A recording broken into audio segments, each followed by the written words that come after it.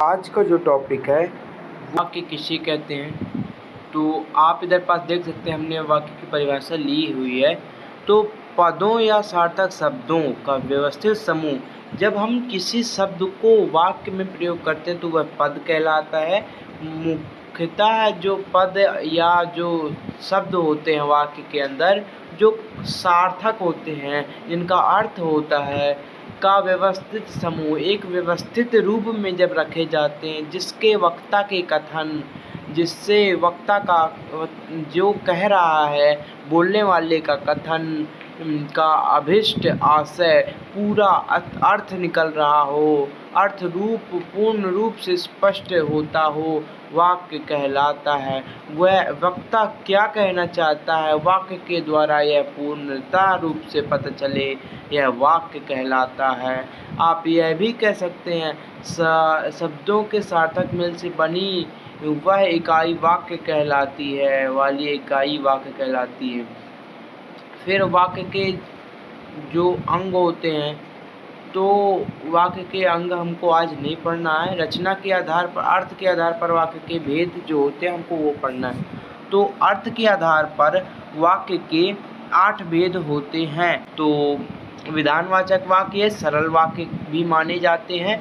वह वाक्य जिससे किसी प्रकार की जानकारी प्राप्त होती है, जैसे साधारण जानकारी प्राप्त होती है, वह वाक्य विधानवाचक वाक्य होते हैं, जिससे हमें जानकारी प्राप्त होती है।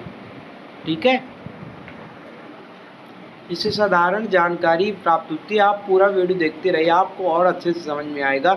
वह विधानवाचक वाक्य कहलाते। उदाहरण, भारत एक देश है। हमको ये जानकारी मिल रही है कि भारत एक देश है। अगर मैं बोलूँ चाइना एक देश है, तो आपको ये जानकारी मिल रही है कि China is a country, China एक देश है। तो अब आगे जो पढ़ते हैं, दूसरा जो है निषेधवाचक वाक्य। निषेधवाचक वाक्य जिन वाक्यों से कार्य न होने का भाव प्रकट होता हो, उन्हें निषेधवाचक वाक्य कहते हैं। ऐसे वाक्य जिनसे यह पता चल रहा हो कि वाक्य नहीं हो रहा, कोई भी कार्य है वो नहीं हो रहा, क्रिया नहीं हो रही। तो मैंने दूध नहीं पिया, उसके में दूध नहीं पिया, पिया क्या है इधर पास, क्रिया, और मैंने यह क्रिया नहीं की। मैंने खाना नहीं खाया, खाया क्या है, क्रिया, लेकिन नहीं लग गया मतलब क्रिया नहीं की। राधा कुछ ना कर सकी, ना कर सकी क्रिया है, और ना कर सकी निषेधवाचक क्रिया है। तो वाक्य है ये प्रश्नवाचक वाक्य। इस वाक्य वह वाक्य जिसके द्वारा किसी प्रकार प्रश्न किया जाता है, वह वाक्य। इसमें ऐसा वाक्य होता है जिसके द्वारा, ऐसे वाक्य जिनके द्वारा प्रश्न किया जाता है।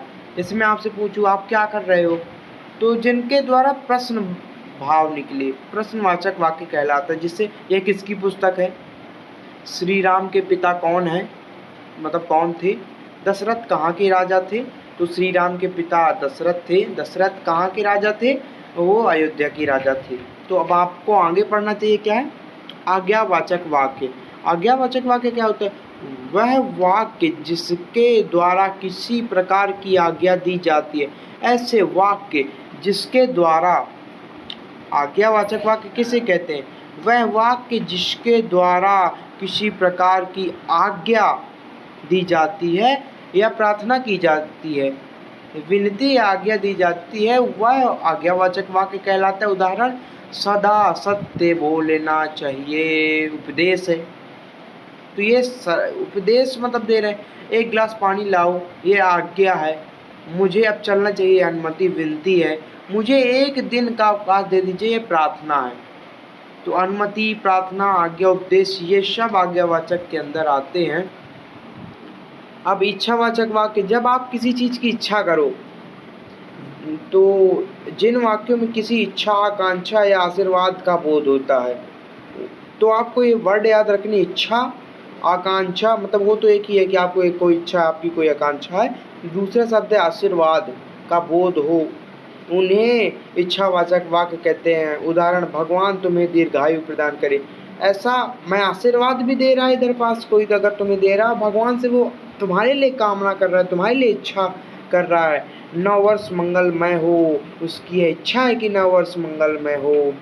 संकेतवाचक वाक्य, संकेतवाचक वाक्य जिन वाक्यों में एक बात या काम का होना दूसरी बात या काम के होने पर निर्भर करता है। मतलब मैं अगर आपको एक चीज़ का संकेत दूसरी चीज़ से, दूसरे वाक्य से आपको एक वाक्य का संदेश दे रहा हूँ, संकेत दे रहा हूँ, तो संकेतवाचक वाक्य कहलाते हैं। उदाहरण, यदि परिश्रम किया है, मतलब मैं आपको बता रहा हूँ, संकेत दे रहा हूँ कि अगर परिश्रम किया है, सफलता कब मिलेगी? यदि परिश्रम किया। मैं आपको संकेत दे रहा हूँ कि अगर सफलता चाहिए तो परिश्रम करना पड़ेगा, फसल अच्छी चाहिए तो वर्षा होगी, यदि वर्षा होगी तो ठीक। 8वां क्या आंसर है? संदेहवाचक वाक्य जिन वाक्यों में संदेह का बोध होता है, ऐसे वाक्य जिनमें संदेह का बोध होता है, जिस पर 100% क्लियरिटी न हो जिन बातों पर, वही संदेहवाचक वाक्य कहलाते हैं। जैसे शायद मैं लॉटरी जीत जाऊँ, फिक्स तो नहीं है कि आप ही लॉटरी जीत जाओगे इसके कारण से। वर्षा होने की संभावना, आप जानते तो नहीं हो कि वर्षा होने की नहीं, इसलिए तो बोल रहे हो ना कि वर्षा हो जाए शायद इस कारण से। ठीक है गाइस, तो मैंने आपको वाक्य के भेद पढ़ा दिए हैं और वाक्य की परिभाषा बता दी है। और ये सारे एग्जाम्पल जितने थे ना, ये भारत एक देश है, यह किसकी पुस्तक, ये सारे आप वाक्य के उदाहरण लिख सकते हैं। तो वीडियो अच्छा लगे तो कमेंट कीजिए और नेक्स्ट वीडियो भी मैं बहुत जल्दी बनाने वाला हूँ। ठीक है।